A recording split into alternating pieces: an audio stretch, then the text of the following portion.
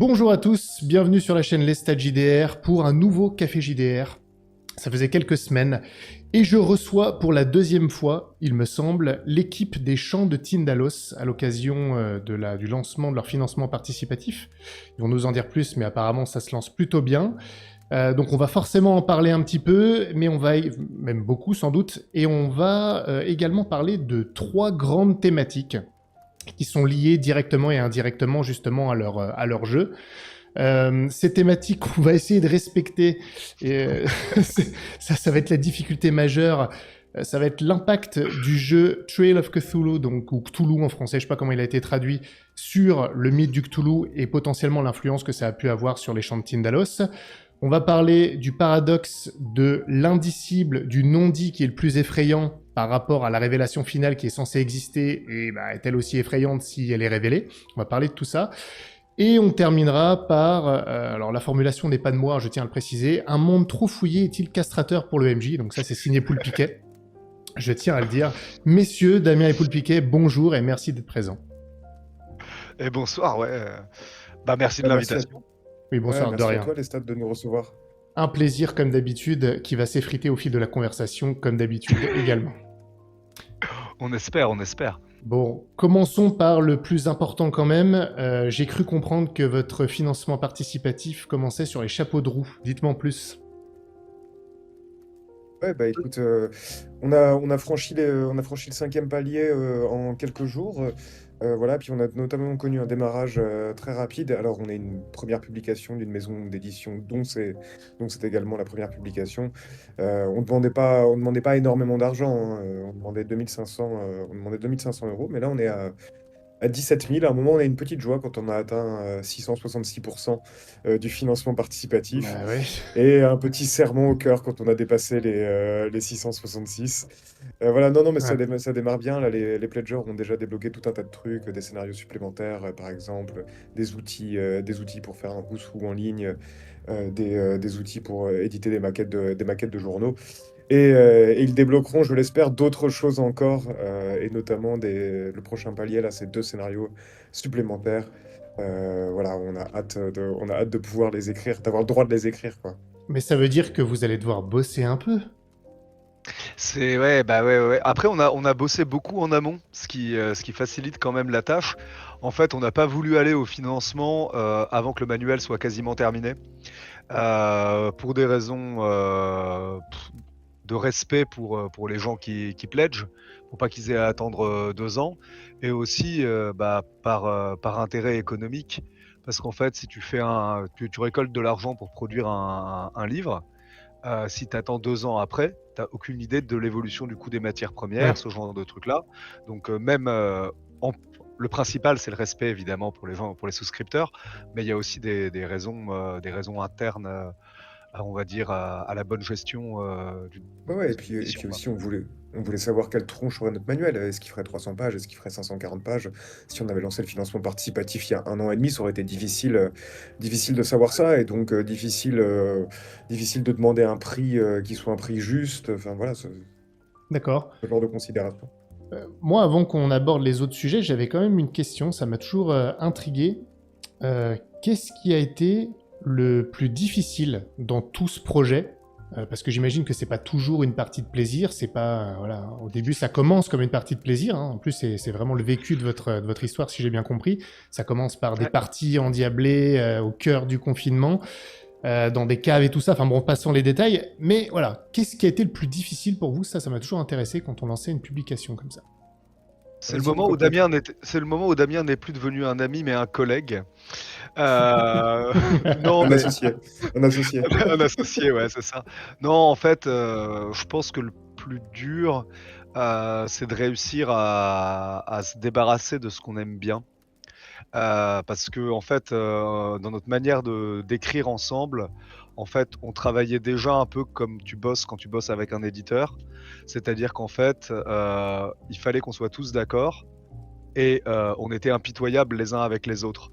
Donc je me souviens d'idées que Damien avait, que j'avais, que Marie avait, auxquelles on tenait beaucoup, et en fait, on les a jetées par la fenêtre parce que elles soulevaient des problèmes, c'était pas compatible avec avec la ligne éditoriale globale, quoi. Donc le plus dur, c'est ça, je pense, c'est de réussir à se débarrasser du superflu et d'accepter de voir ses idées reprises, modifiées, parce que c'est un travail collectif. D'accord. Voilà. C'est narcissiquement blessant et bah, dans la scénarisation, c'est le principe qu'on nomme Kill Your Darlings, tuer vos chéris. Voilà, on a effectivement des idées auxquelles on tient beaucoup et qui sont jetées à la poubelle, hein. Je me souviens par exemple d'un moment où j'appelle Nico et Marie au téléphone, en leur exposant un scénario sur lequel j'ai bossé pendant 2 jours. Ils m'expliquent que bah non, c'est pas possible, c'est pas possible. Et moi je suis là, ah, mais si, c'est possible, s'il vous plaît, s'il vous plaît. Non. Ah Et oui. si tu veux, c'est pas par vengeance, c'est pas par vengeance, mais il est arrivé la même chose dans l'autre sens plus tard. Non, moi je pense que ce qui est difficile aussi, c'est tout le travail un peu de tâcheron qu'implique de sortir une publication. Par exemple, tu vois, tout le suivi avec les conventions, le fait d'aller dégoter des contacts presse, bref, tout ce travail invisible, répétitif et stupide quelque part, qui est pas épanouissant du tout, mais qui est nécessaire parce qu'en fait, sinon on sort jamais, ou alors on sort dans Ouais. l'intimité de notre huis clos et de nos copains, quoi. Ouais, alors moi je pense qu'on peut y trouver une manière de s'épanouir. Moi j'aime bien les contacts, mais Mais ouais, enfin, tu vois, après ça dépend, chacun trouve un peu midi à sa porte, quoi.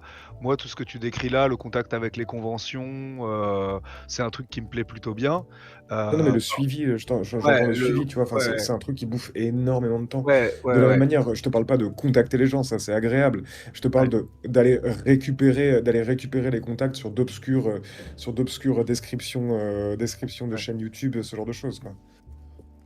Ouais. Non, non, mais c'est clair qu'il y a plein de trucs comme ça et puis, bon, tout ce qui est mise en page aussi que Paul et Gus, font, avec patience et c'est pareil, hein, tu vois? Gus, elle travaille beaucoup sur, elle s'occupe de la direction artistique du projet, donc tout ce qui va être identité visuelle, tout ça et bah, bah, comme on est un gros collectif, il y a toujours un peu de friction parce que, on a tous des idées qu'on voudrait mettre en avant et il faut réussir comme ça, en fait, à ce que la machine, elle fonctionne et en même temps à pas alourdir les processus de décision parce que sinon le manuel, il sort jamais.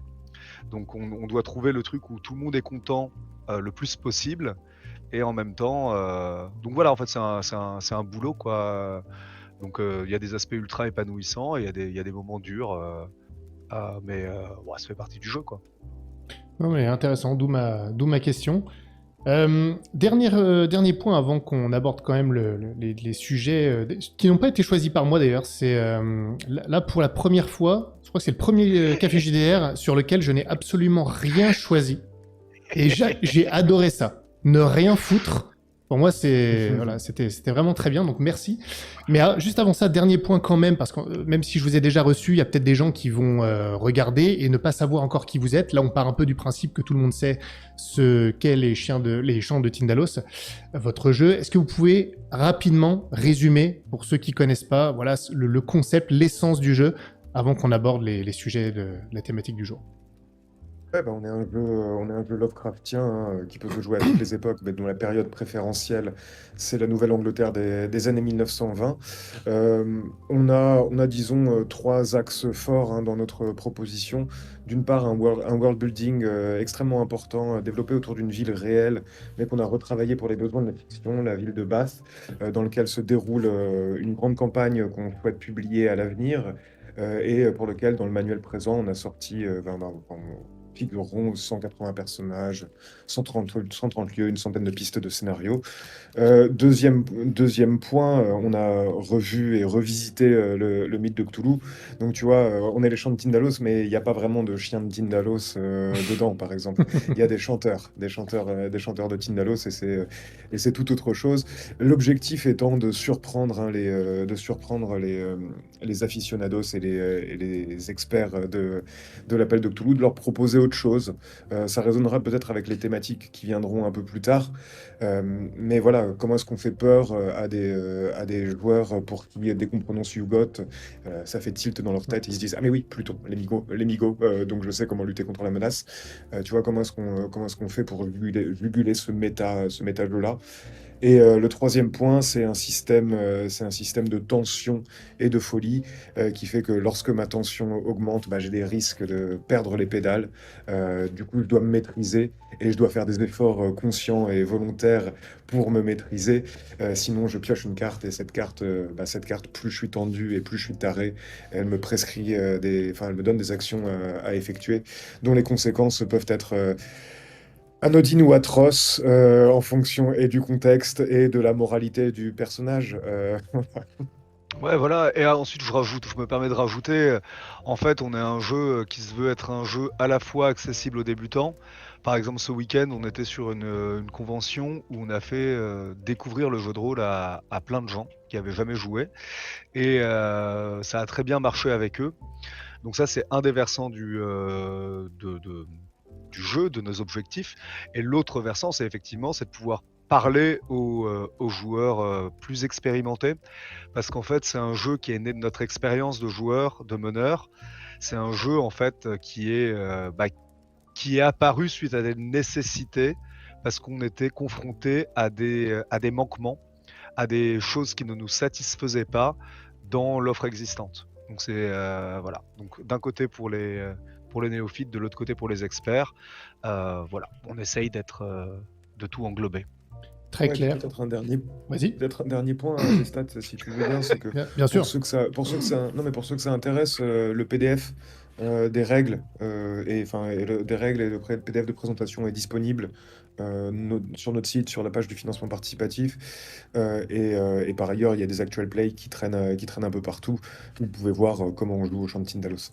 Ouais. Et il y a excuse-moi, Non, non, excuse-moi, j'allais dire en excuse-moi. plus, je vais mettre tous ces liens en description, donc vous les partagerez pour que je puisse mettre tout ça sur la vidéo. Mais les stats, tu es un hôte humble et superbe, N'est-ce merci. pas? Humble, c'est ce qui me caractérise le plus, merci de le dire. Oui, oui, tout à fait. Tu es juste incompris dans ton humilité. Mais ouais, non, ce que je voulais rajouter, c'est qu'en fait, dans le kit de découverte, il y a aussi un des 13 quartiers de la ville, un scénario court qu'on peut faire jouer, des exemples de cartes et un morceau de bestiaire. Parce que le bestiaire, c'est pareil, on y viendra quand on parlera de trail.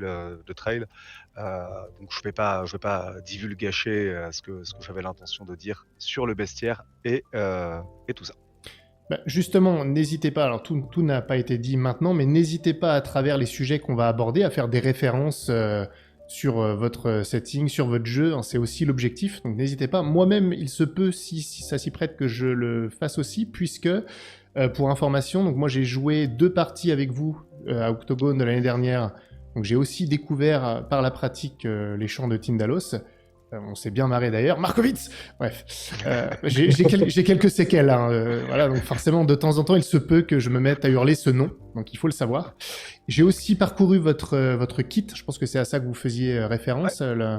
J'ai pas tout lu, mais j'ai quand même lu pas mal de trucs et je pense que j'y ferai référence. Il y a des trucs qui m'ont vraiment intéressé dans l'approche et qui ont pu me rappeler, je sais pas si c'est voulu, je fais la transition exceptionnelle, certains aspects du jeu Trail of Cthulhu, donc c'est un thème que tu m'as suggéré, Poulpiquet.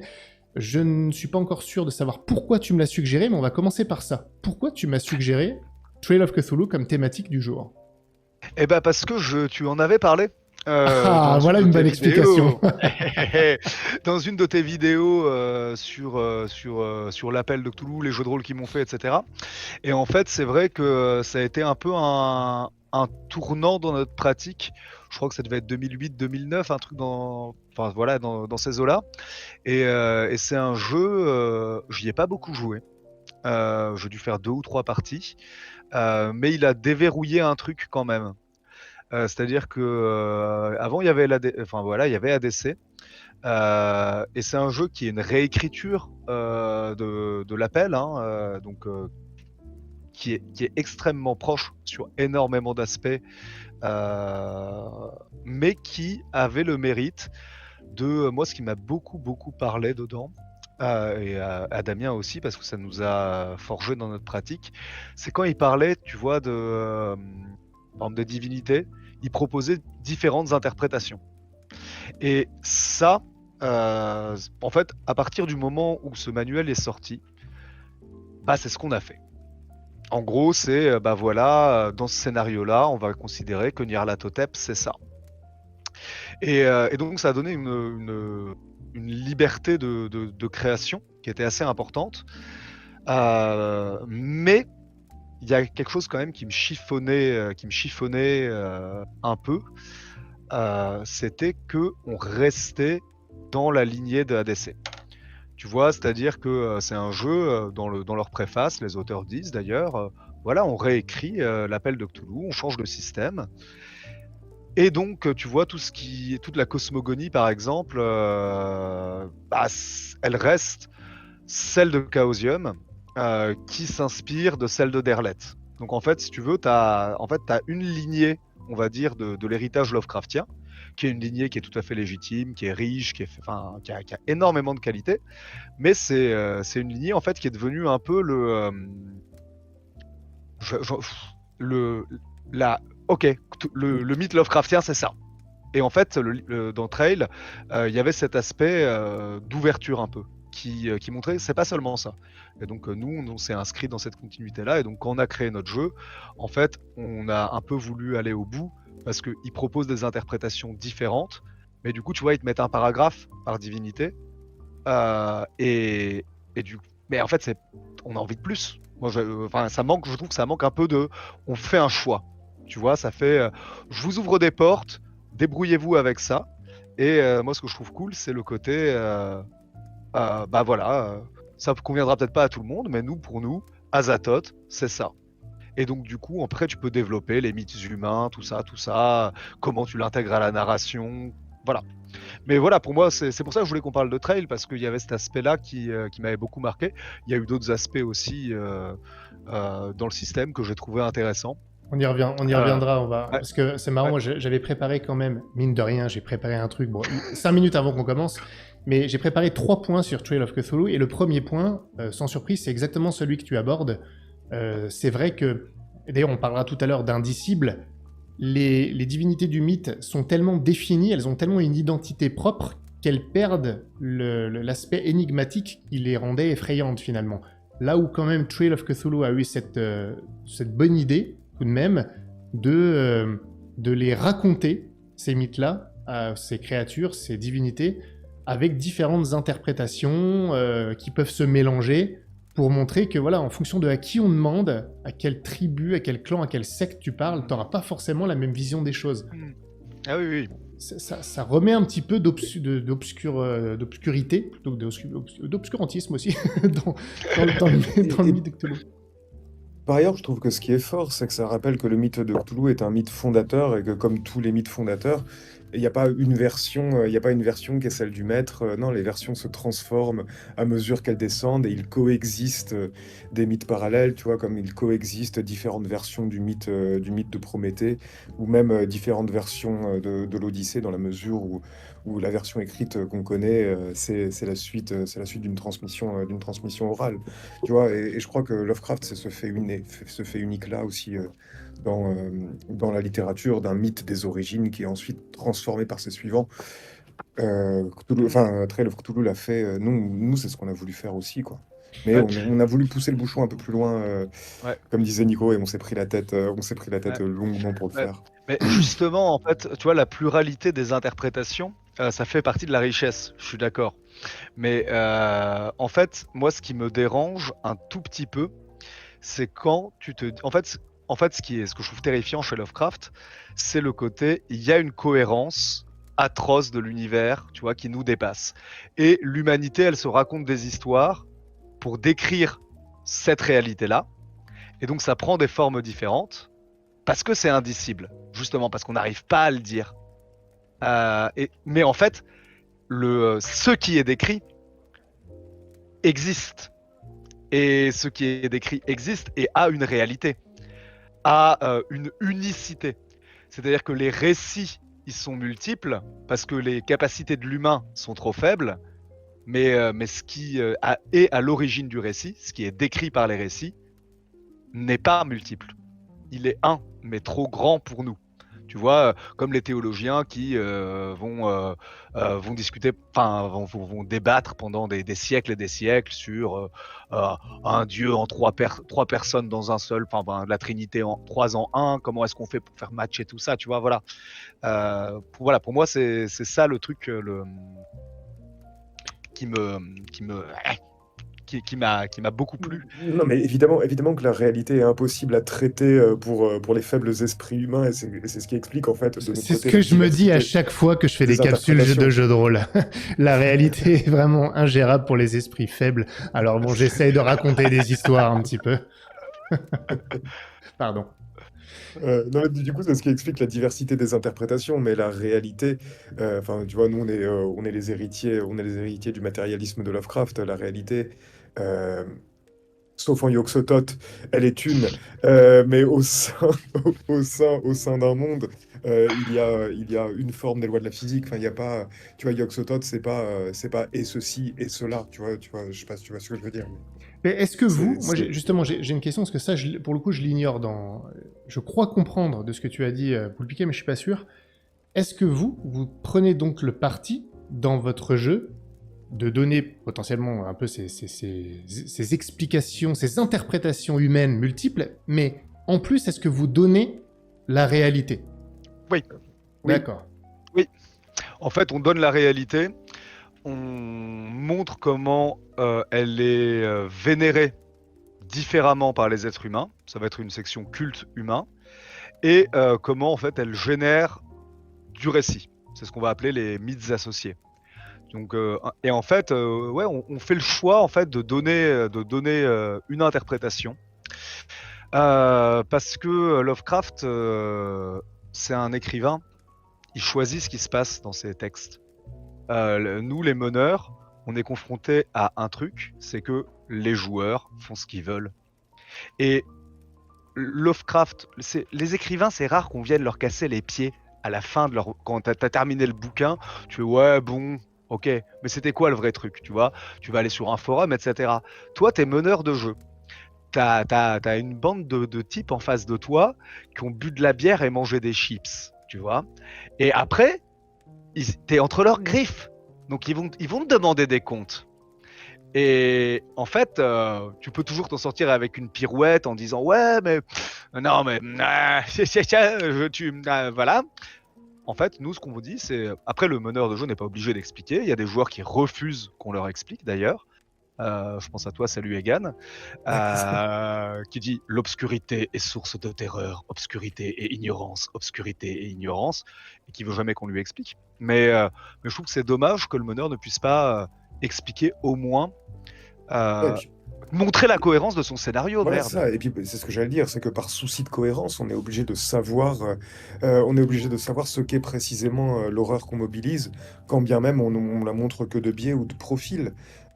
Sinon, on court toujours le risque de se contredire ou de pas être rigoureux, et on prête le flanc à une attaque selon laquelle on n'aurait pas travaillé ou pas suffisamment travaillé. Nous, tu vois, on veut savoir ce qu'on dit quand on le dit. C'est marrant parce que je vois presque une sorte de paradoxe, comme quoi c'est dans le ton. Et je voudrais pas tout de suite sauter sur le troisième sujet, parce que je pense qu'il y aura un lien avec le monde trop fouillé, type castrateur, hein, pour reprendre ton sujet. Mais tu vois, moi, dans mes campagnes, je suis comme vous à penser que le maître du jeu doit, à minima, connaître 80-90% des vérités de sa campagne pour qu'il y ait une cohérence, justement. Parce que s'il ne la connaît pas, cette vérité, ça va mener à des incohérences scénaristiques, narratives, hein, pas seulement oh, l'incohérence c'est bien justement parce que le mythe de Cthulhu, parce que c'est indicible. Il doit y avoir une cohérence dans l'incohérence et dans l'indicible. Donc là-dessus, je suis tout à fait d'accord, surtout si on parle de scénario. Et vous, dans la création de votre jeu, il y a des déclinaisons sous forme de scénario que vous allez publier. Là, en revanche, le paradoxe que je veux souligner, je suis un peu long, mais parce que là-dessus, je suis d'accord, mais dans le cadre de la création d'un univers qui va être mis à disposition de plusieurs MJ, là, vous n'êtes pas MJ. Vous êtes créateur d'univers, créateur d'un outil que vous allez mettre à disposition. Est-ce que là, justement, à vouloir imposer, entre guillemets, une vérité, on ne limite pas après les possibilités de MJ qui voudraient se l'approprier par-delà les scénars que vous allez proposer vous-même. Je sais pas si je suis clair dans le paradoxe que je vais mettre en Tu, exergue. tu es extrêmement clair. clair. Et je te répondrai tout simplement que le lecteur, il peut déchirer la page. En fait, le meneur, face au manuel, il fait absolument ce qu'il veut. Et en fait, c'est plus simple de fonctionner par soustraction, tu vois, plutôt que d'avoir un truc où on te dit, ouais, voilà, débrouille-toi avec ça, et c'est flou. En fait, moi, j'aurais voulu qu'on me propose un truc que je puisse m'approprier. Mais quand on te dit juste, tu vois, des trucs assez flous et assez vagues, en fait, je peux pas me l'approprier, et j'ai un peu l'impression qu'on me dit, fais le taf. Donc nous, on propose un truc, un ensemble cohérent. Après, tu prends ton sécateur, tu coupes ce qui te plaît pas. Moi, je crois en la liberté des gens qui ont le manuel. Si tu commences à prendre un manuel de jeu de rôle comme une bible, que ce soit au niveau du système de jeu ou au niveau de son contenu, je pense que tu n'es pas dans une approche très épanouissante du jeu de rôle. Je pense que c'est beaucoup plus épanouissant d'exercer sa liberté et de s'approprier. Après, évidemment que mon souhait, en tout cas, je sais pas si c'est le cas des autres, c'est que les gens adhèrent à cette version. Parce que en fait, elle permet, en fait, le travail qu'on a fourni permet aussi de revenir sur l'explication de phénomènes qui sont des phénomènes qui peuvent être empreints de mystique. Par exemple, le rêve, ou par exemple les petits moments d'absence que tu as dans une journée. Bah, nous, on propose une interprétation Lovecraftienne de tout ça. Ah, En ça, ça mobilisant. m'intéresse, tu vois, ça me rend Voilà. curieux. Ça, j'aime bien ce genre de petits trucs. Il y a longtemps, désolé pour la parenthèse, mais c'est lié à ce que tu dis. Il y a très longtemps, quand j'étais jeune, je voulais écrire une histoire sur un truc con. Vous savez, des fois, on a l'impression, dans notre vision périphérique, qu'on voit un truc passer. Mhm. Et ben, je voulais, Ouais. alors je suis jamais allé au bout de cette idée-là, mais ça me le rappelle. Je voulais créer une explication un peu surnaturelle ou autre dans l'histoire, à ce genre de phénomène. Donc c'est pour ça que ça me parle quand tu dis reprendre des petits trucs qui existent dans la vie réelle et en trouver une interprétation Lovecraftienne. Ah oui. J'aime beaucoup. Ah oui. Oui, et puis si tu veux, enfin, je reprends peut-être ou je reformule ce que dit Nico, mais en vérité, si seule l'interprétation qu'on donne du rêve te convient, prends ça et fais autre chose, fais autre chose avec le reste, recrée. Enfin, moi, en fait, si on donne envie également aux gens de se réapproprier le mythe et de le recréer à leur sauce, je me dirais qu'on a gagné, enfin que l'objectif est rempli. Moi, je crois franchement que évidemment, on a veillé à la cohérence parfaite pour que quelqu'un qui veuille se l'approprier tel quel puisse se l'approprier tel quel. Mais quelqu'un qui veut picorer, mais qu'il aille picorer. Je crois pas du tout que ça soit inhibant ou castrateur d'avoir comme ça un univers cohérent qui t'est proposé. Au contraire, tu peux aller piocher ça et là des éléments qui t'intéressent, les retravailler à ta sauce si tu en as la volonté ou la force de travail. Et grand bien, enfin moi je m'oppose pas du tout à ça, au contraire. Au contraire, si on a donné de la nourriture ou du carburant pour d'autres MJ, si on a fait aussi ce qu'on disait que Trades of Cthulhu avait fait un peu pour nous, c'est-à-dire nous désinhiber dans notre approche du mythe Lovecraftien, en nous donnant en fait une espèce d'autorisation de retravailler le mythe, je considérerais qu'on a apporté quelque chose, même si c'est pas le mythe tel qu'on l'a voulu et tel qu'on l'a pensé nous. Vous n'êtes pas très dogmatique pour des sectateurs, c'est inquiétant. En fait, si tu veux, on est un peu une sorte de prise unique des croyances ésotériques. On ramène tout, un ose, tu vois, ou un action, tu vois, on prend tout et on... Je vois. Non. Je vois, c'est assez sale. J'aime pas trop cette comparaison, ça désacralise complètement votre sujet, là, le prise unique. Mais C'est après, très je sais pas vendeur. si c'est... C'est très vendeur. Après, Non, on on fait croit, pas le... on croit en notre mythe, hein, et je sais pas si c'est moi qui crois sincèrement dans les horreurs qu'on a conçues, ou si on croit simplement dans le projet, dans le projet qu'on porte. Alors, Mais non, on Moi, n'y croit absolument pas. Enfin, non, c'est de la fiction. Ah bon? Mais oui, Moi, mais oui, mais je oui. crois en les horreurs qui ont conçu le projet, en revanche. Ah ça, je suis d'accord. Ça, je suis tout à fait d'accord. Mais en fait, je pense qu'en fait, tu vois, le côté autodérision, autoflagellation aussi, pour diverses raisons. Mais je pense que c'est un truc en fait qui est assez important dans le rapport qu'on doit avoir au jeu de rôle. Je pense que c'est important de prendre ça au sérieux euh, et d'accepter que bon, peut-être qu'on n'a pas bien fait. Tu vois, on essaye de faire du mieux qu'on peut, on propose un truc, et même, tu vois, nous, on a une manière de jouer à titre personnel. Après, je voudrais bien qu'on aille sur le système de jeu parce que Trail C'est a aussi l'objectif. ouais, a cassé des trucs. Et ben justement, je vais essayer de te fournir une transition. Et tu vois, nous, on est plutôt des joueurs immersifs, ambiance, partie longue, etc. Et notre jeu, comme on a voulu le faire, on a voulu en faire un jeu accessible à toutes les manières de jouer aussi. Et ben il y a des fois en convention, tu passes des parties et t'as des joueurs qui sont pas du tout dans le même rapport au jeu et qui sont quasiment en mode déconne et on est autour de la table et on se marre et on pioche des cartes et il se passe des horreurs. Et bon, bah on mène la partie et j'y prends un plaisir, tu vois. Et en fait, je me dis pas, oh la vache, il salope mon projet. C'est pas comme ça qu'il faut qu'on joue à ce jeu. Je me dis, ah, ils peuvent se l'approprier à leur manière.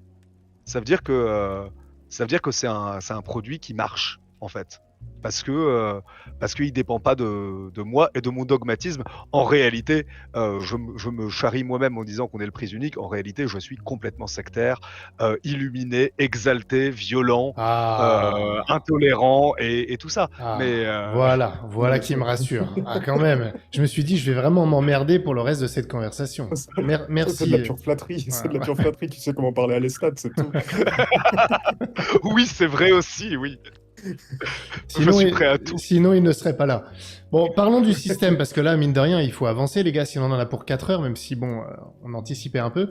Revenons sur Trail of Cthulhu, et justement son système qui était, alors, je sais pas si on peut dire novateur. Moi, j'ai découvert le système Gumshoe via Trail of Cthulhu, auquel je n'ai pas joué, d'ailleurs, je n'ai fait que le lire. Il est là, il est à côté de moi ici. Ah non, merde, c'est pas le bon, celui-là. Excusez-moi. Celui-ci. C'est bon, ils verront pas la webcam, ce que j'ai montré. Donc, c'est vrai que c'était un système, je vais un peu embrayer justement. Moi, j'ai bien aimé l'idée du Gumshoe. Alors, juste pour résumer, pour ceux qui connaissent pas, c'est vraiment un système qui mise sur l'enquête et qui considère que l'enquête ne doit pas être ralentie par un jet de dés raté. En gros, c'est ça, et par conséquent, les conséquences typées enquête des investigateurs, lorsqu'ils les possèdent, permettent des réussites automatiques pour ne pas ralentir la narration, et seuls les actions, vraiment au sens action, combat et tout ça, méritent des jets de dés. Je trouvais que, et après je vous relancerai la balle, au départ j'ai trouvé ça excellent, c'est-à-dire que ça ouvrait vraiment l'esprit au fait que justement le jet de dés ne devait pas enrayer la progression de l'enquête et même plus globalement de l'histoire. Et ça je le crois toujours. Moi personnellement ça m'a appris, j'ai toujours gardé en tête pour mes scénarios d'enquête, que le défi pour les joueurs ne devait pas être nécessairement de trouver les pistes et de savoir ce qu'ils pouvaient faire, mais de comprendre. Là, c'est un défi intéressant parce que même s'ils ne comprennent pas, ainsi ils peuvent progresser dans l'histoire en allant de piste en piste. Ça, Gumshoe me l'a vraiment appris. Par opposition à cela, je trouvais que malgré tout, le palliatif employé, finalement, après l'avoir essayé, n'était pas forcément nécessaire. Donc l'objectif derrière, la vision du jeu est excellente, mais j'étais pas certain finalement que on ne pourrait pas faire la même chose avec un autre système de jet de dés, simplement en ne faisant pas jeter les dés quand on n'a pas envie de pas les faire jeter. Tout ça. Je sais pas si j'ai été clair, mais Oui, à en vous. fait, ouais. Bah, moi, je te dirais, après, je te donne la parole, Damien, excuse-moi. Mais moi, je te dirais, en fait, je suis d'accord que ça a ouvert des possibilités. Effectivement, se débarrasser du jet de dés, sortir du descend du pourcentage de l'arithmétique, ça faisait du bien.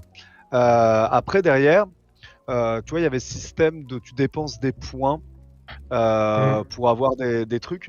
Ça me plaisait moins Ouais, parce moi qu'en aussi. fait, je trouvais que Mm. justement, tu étais sur un truc qui était un peu limité.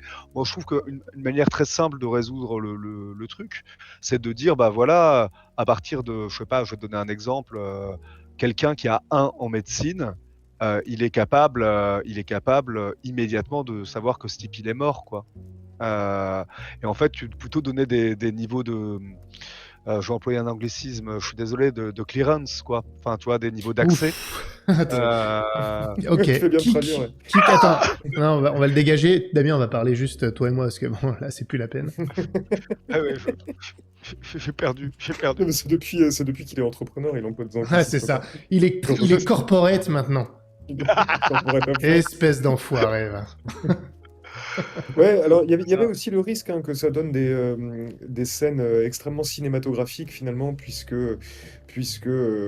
toute la phase, enfin on pouvait skipper, pardon, ah mince, c'est à mon tour. Oh mon dieu. Euh, on pouvait sauter quelque part la phase d'enquête et de découverte d'une scène, justement celle qui se jouait au dé. Il y avait aussi cette idée à laquelle j'adhérais pas trop, que les seuils de difficulté collectif avaient des points de vie et qu'on supprimait, tu vois, je sais pas, je sais pas, la lourde porte en bois, en pierre, pardon, que l'on pousse, qui a 20 points du seuil de difficulté. Les stats, tu fais ton jet, t'enlèves 6 points à cette porte. Nicolas, tu fais ton jet, t'en enlèves 4 de plus, etc., etc. Ça me parlait qu'à moitié. Et de manière générale, moi, je trouvais ça fun de lancer des dés. Du coup, c'est un peu le pari qu'on a fait hein, dans les champs de Tindalos, d'investir plusieurs types de dés notamment le D20 parce on le trouve rigolo à lancer. En revanche, la très bonne idée, je crois, et dont on s'est inspiré pas mal, c'est celle d'une scission de la santé mentale en deux. Hmm, très bon Il y ça. avait la stabilité, il y avait la Ouais, stabilité et il y ouais, avait la l'équilibre. santé. Voilà, L'équilibre c'est est ça. santé, ouais. Ouais, c'est ça. Ouais. Équilibre et santé mentale. Et ça, c'était évident qu'il fallait le faire. C'était évident qu'on pouvait être un tueur de sang-froid, c'est-à-dire quelqu'un de complètement jeté, mais qui se maîtrisait très bien. Ouais. Et ça, pour le coup, ouais, enfin, ça a été une Ouais, vraie inspiration en termes de gameplay pour nous. oui.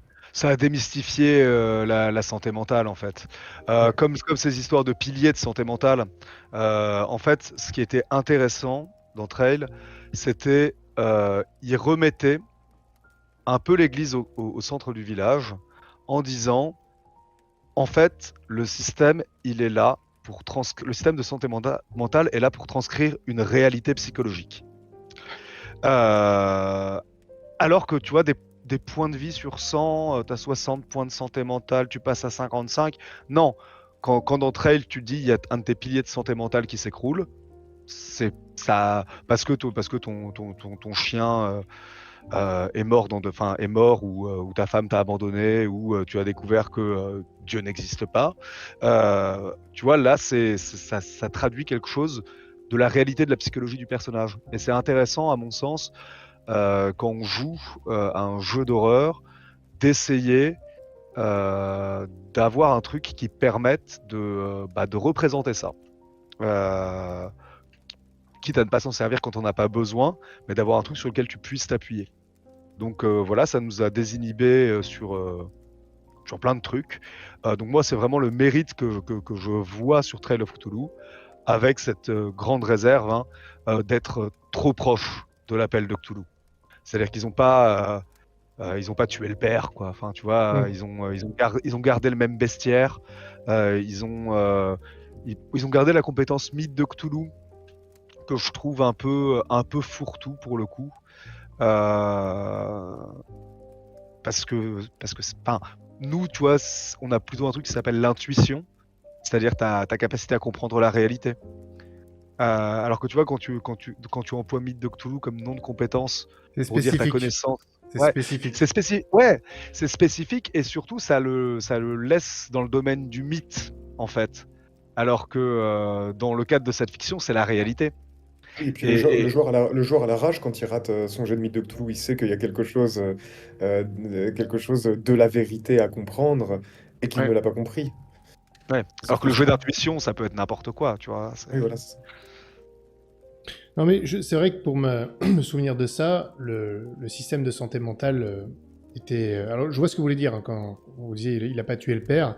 Bon, après, vous appelez les champs de Tindalos, les mecs. Hein, donc, vous avez peut-être tué le père, mais Et pas Tyndalos, le frère.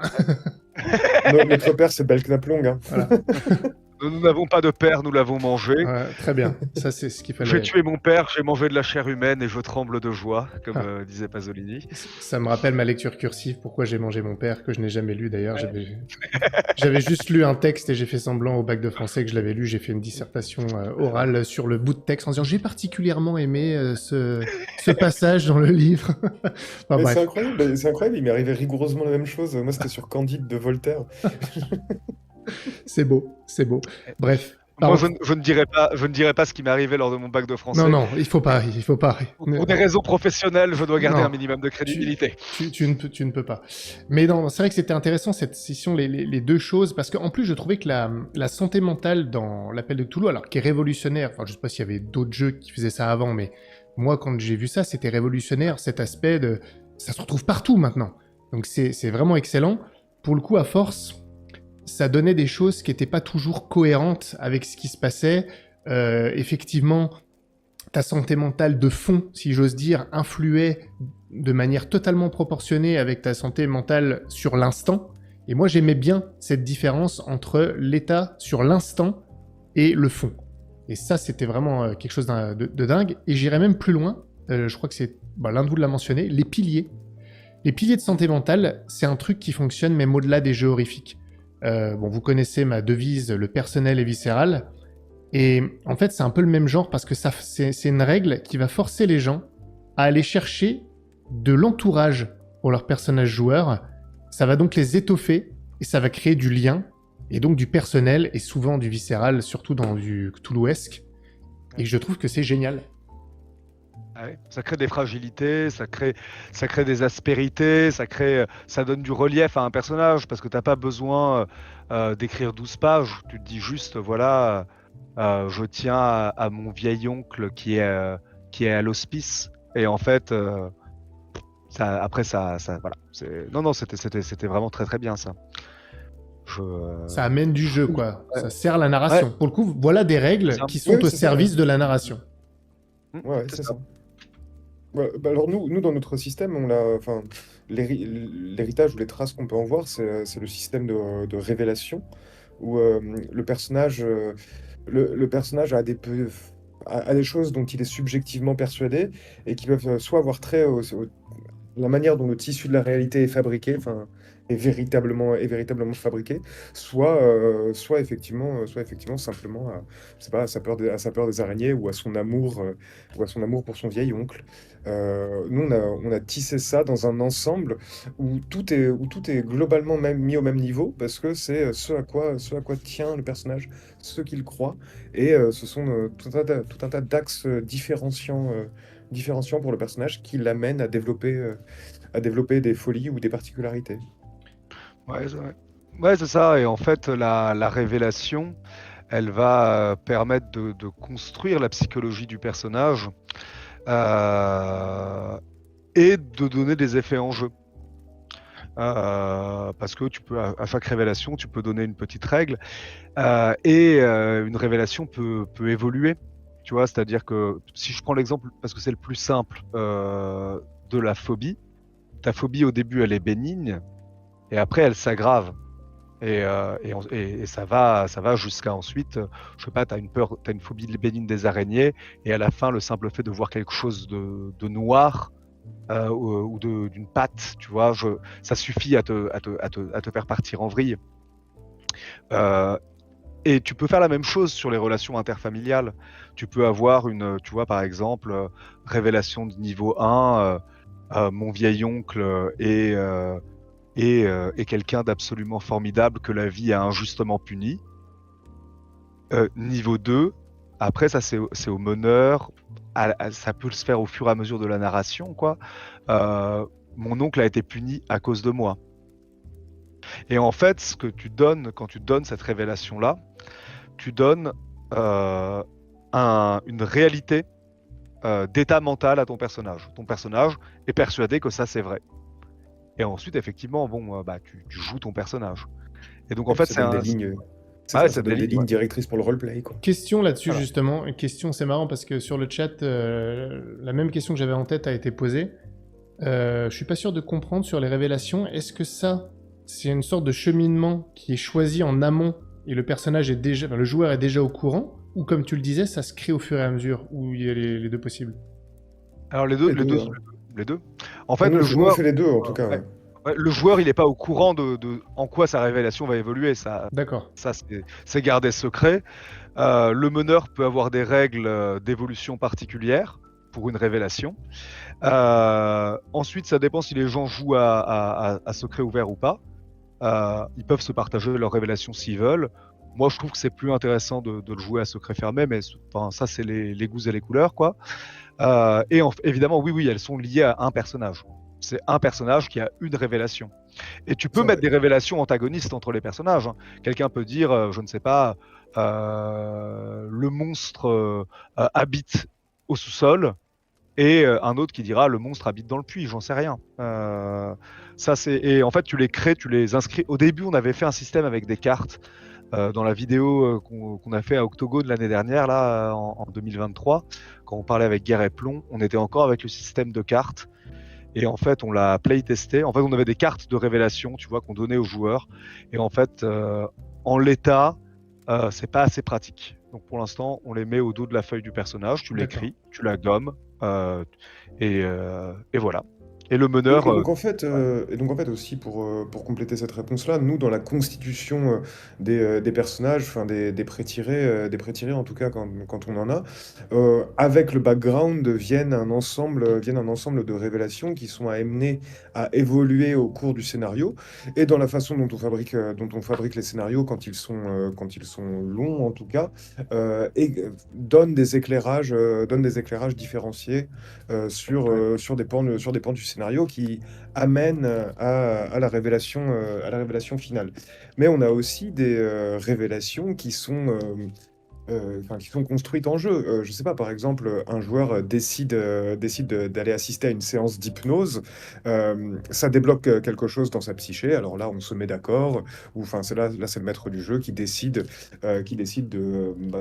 de la conviction subjective qu'il en retire, de si elle a de la résonance occulte ou si elle n'en a pas.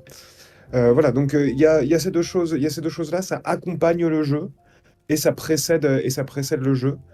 Euh, c'est, euh, c- Elles arrivent du fait du jeu du personnage et elles arrivent aussi intimement liées et co-construites avec le scénario. c'est très pratique pour les campagnes notamment, hein. C'est très pratique pour les campagnes. Nous, dans notre grande campagne d'où est né le jeu, on a nos pistes de révélation, en fait, qui épousent étroitement le scénario. C'est-à-dire que le personnage est intimement lié. Je vais couper mon téléphone, j'en suis absolument navré.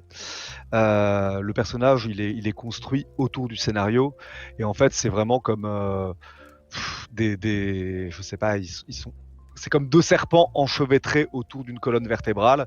La colonne vertébrale, c'est le joueur qui va se faire casser, enfin le personnage qui va se faire casser, pardon.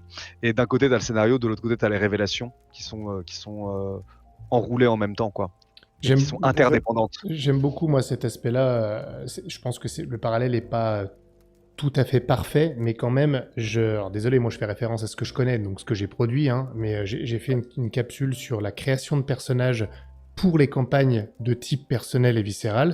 Donc, Ouais. j'explique comment je l'ai fait, et ça me fait beaucoup penser à ça parce que le but est de co-construire des relations, un personnage, et le maître du jeu va pouvoir imbriquer ces éléments construits par le joueur dans la toile de fond pour que ça se marie parfaitement de manière directe ou indirecte, hein, c'est pas toujours sur le même prisme, et c'est ce qui génère des choses plus intenses, parce que c'est comme comme dans un bouquin, on suit avant tout des personnages, donc c'est pas un scénario incorporel, quoi. Donc je suis Ouais. réceptif à ça.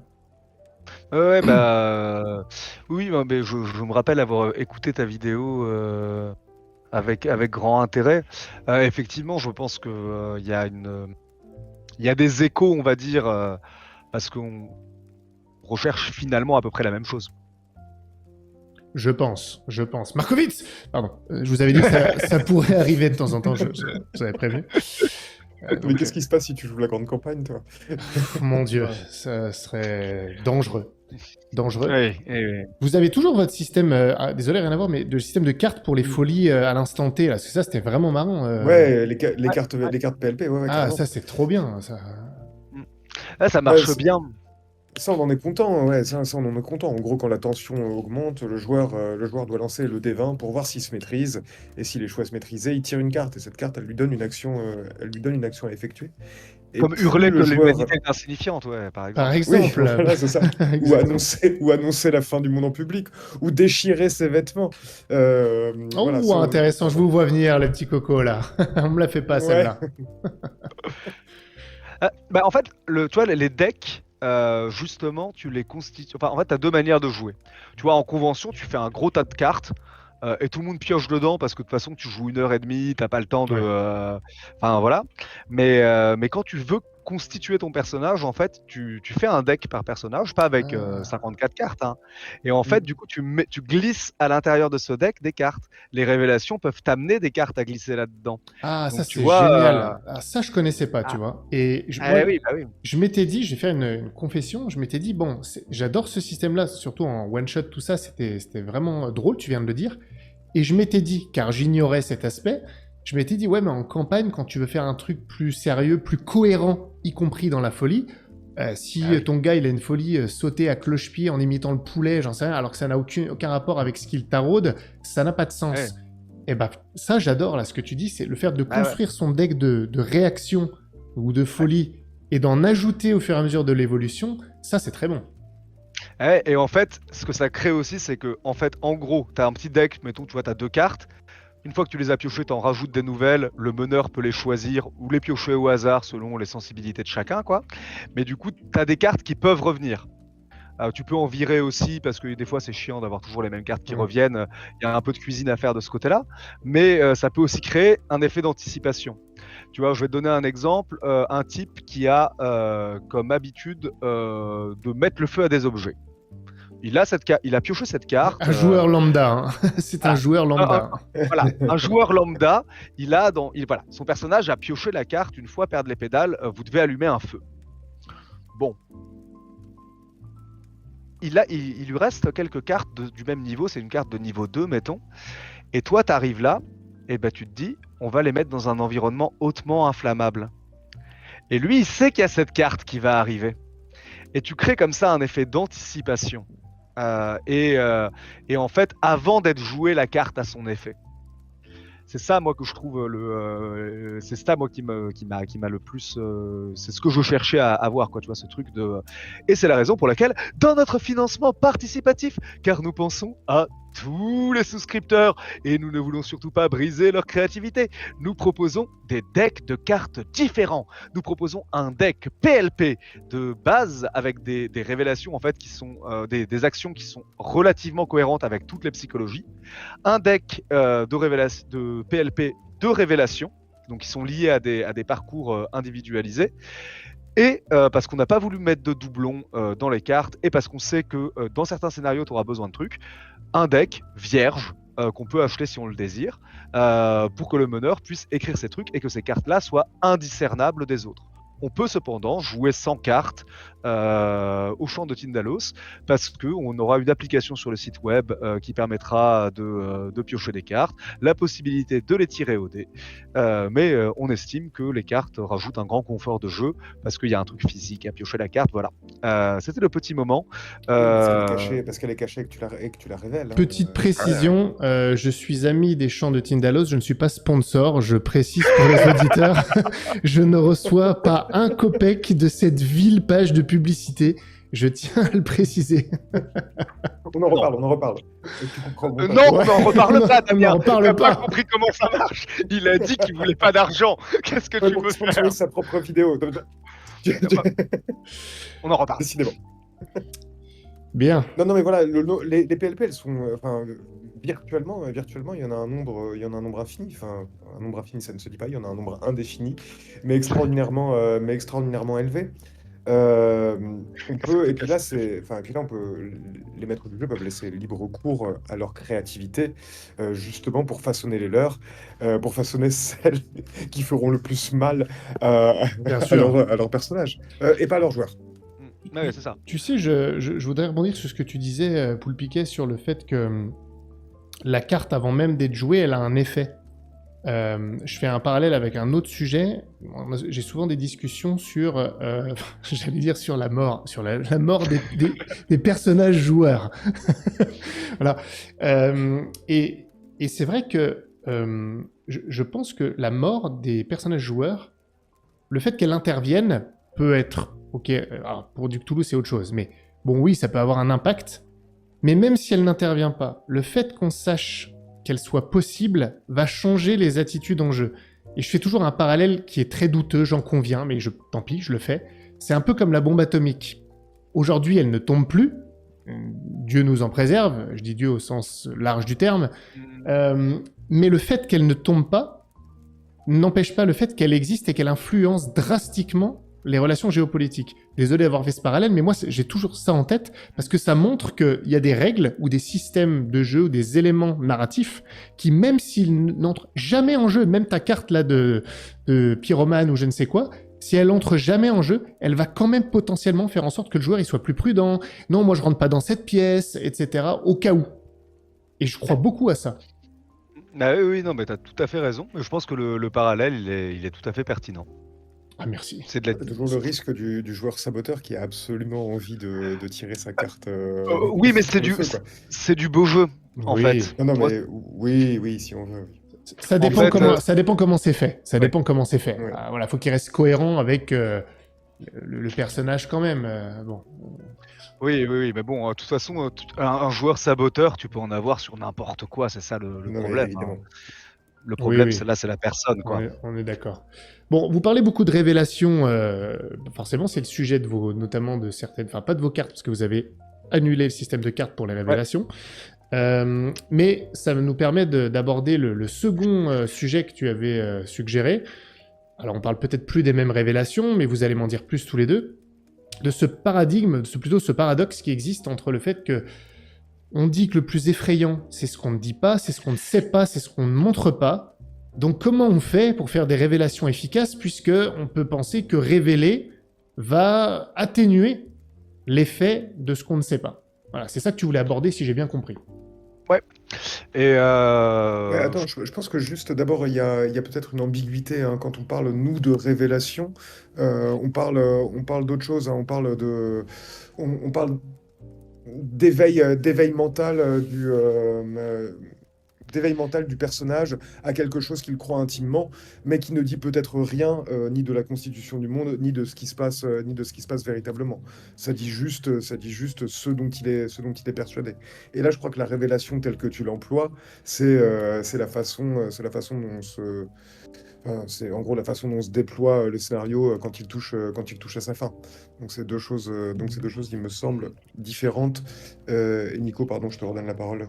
ouais, donc on va parler de ce qu'a dit Damien là. Effectivement, hein, du côté révélation, pas dans le sens outil de jeu. Alors, Voilà. je me permets de... Oui, parce que dans le sujet que tu m'as envoyé pour le piquet, je cite, car je sais bien lire, il y a un problème majeur avec Toulouse et c'est le double nœud indicible révélation finale. Je cite dans le texte. Oui, tout à fait.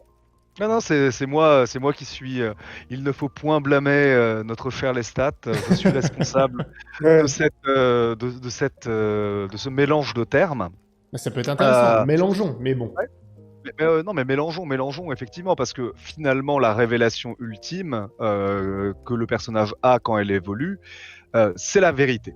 Tu vois, l'idée, c'est que, en fait, il y a en tout cas un morceau de la vérité. Il y a cette idée du dévoilement d'une partie de la réalité. Et effectivement, ça fait plus peur quand tu ne vois pas la chose en entier. Mais pour moi, le truc, c'est que tu as besoin de voir. En fait, si tu veux, tu vois une ombre, une silhouette dans l'ombre gigantesque. En fait, ce qui est terrifiant, c'est que tu vois qu'il y a quelque chose que tu ne vois pas. Mais ça a une forme que tu n'arrives pas à attraper.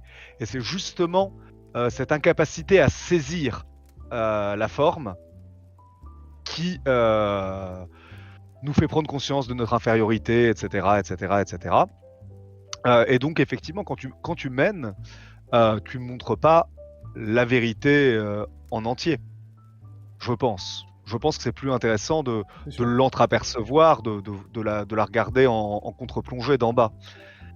Mais pour pouvoir construire des scénarios, c'est cool de savoir ce que tu mets dans l'ombre.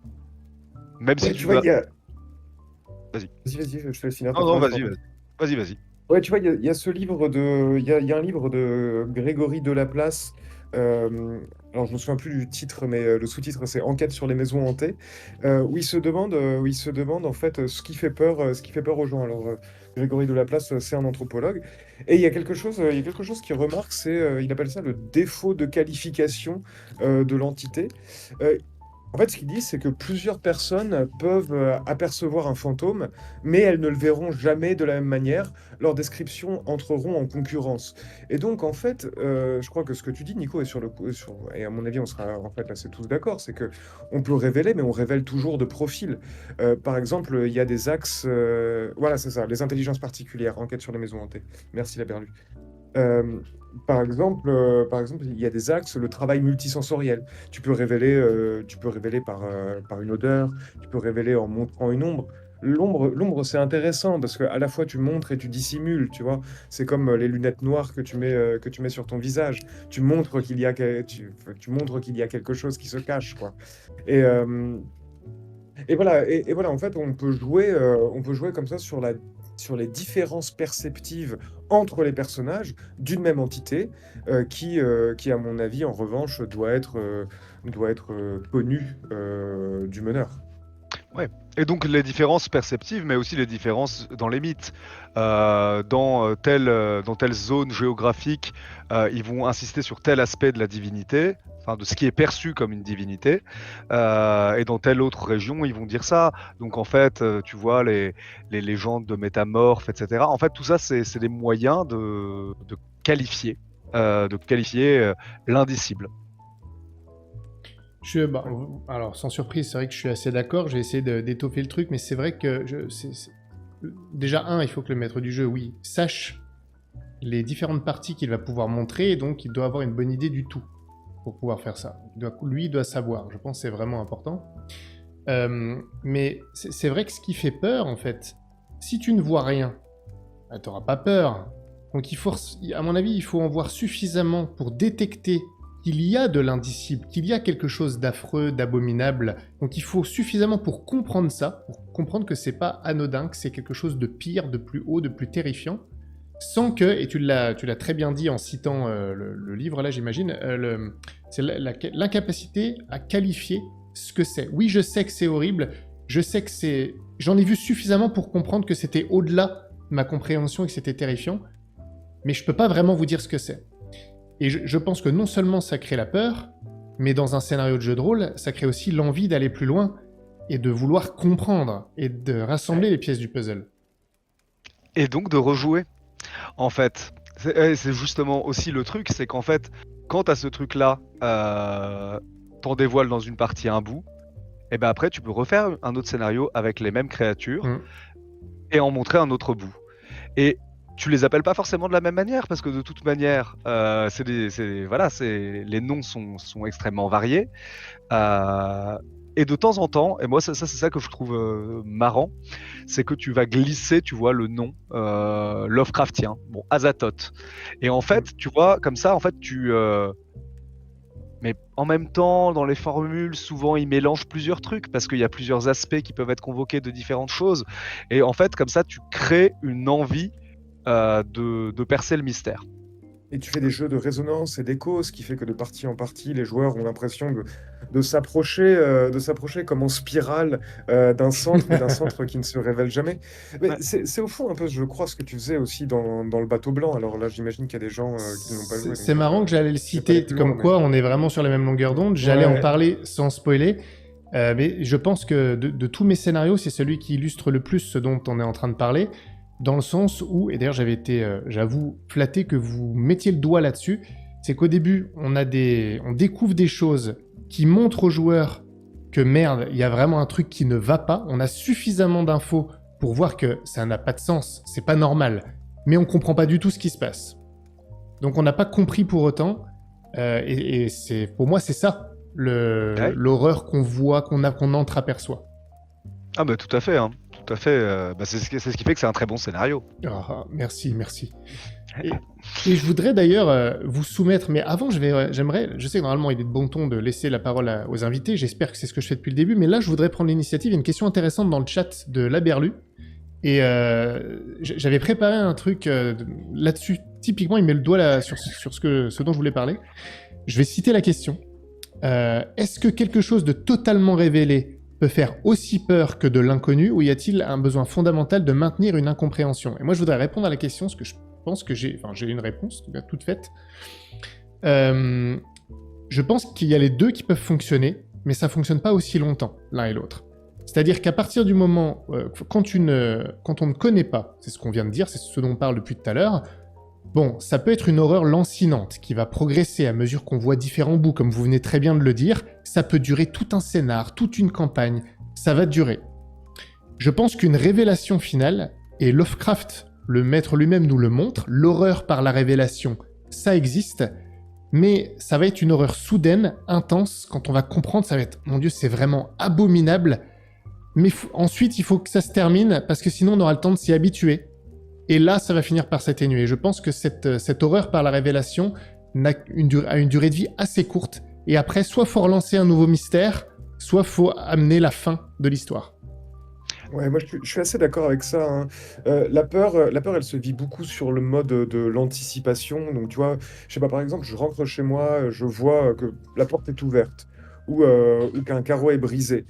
C'est pas la porte ouverte ou le carreau brisé qui me font peur. C'est ce qu'ils révèlent, en fait de ce qui pourrait se produire à l'avenir. Donc en fait, la peur, c'est une projection dans l'avenir. Mais si tu anticipes, il faut bien que tu anticipes quelque chose, et il faut bien qu'il y ait quelque chose qui dégonfle le ballon de l'attente à un moment. Et donc là, moi, je suis d'accord avec toi. C'est-à-dire que c'est à ce moment-là qu'intervient ou que peut intervenir la révélation sous l'aspect de sa soudaineté.